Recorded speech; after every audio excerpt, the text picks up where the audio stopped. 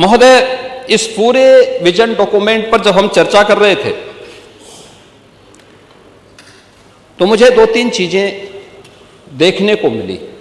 मैं अभी स्वागत करूंगा आप सबके प्रस्तावों का, और होना भी चाहिए। हर विधानसभा क्षेत्र में विकास होना चाहिए,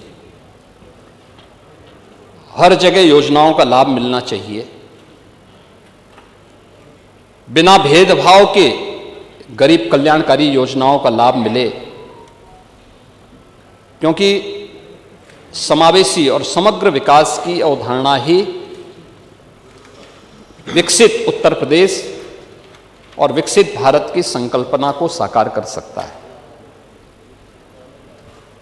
लेकिन मैं उस विजन को देख रहा था जो विकास की कम, सत्ता की ज्यादा बात कर रहा था,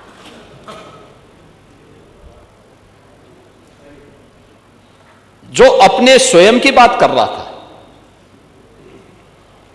और मुझे आप लोगों की बातों से एक चीज लगी,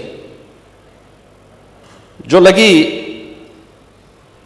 जिसके बारे में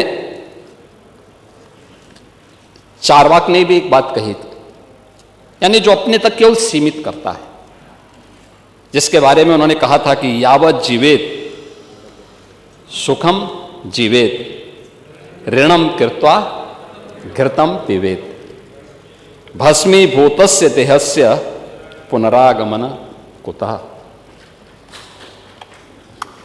और ये स्थिति आप लोगों की है,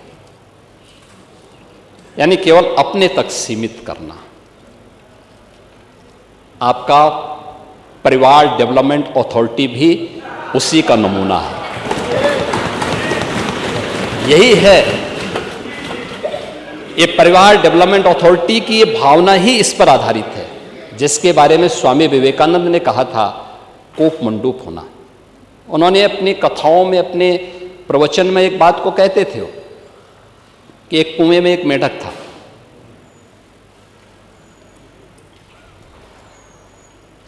कुएं में पड़ा था, वहीं पैदा हुआ था, उसने दुनिया नहीं देखी थी।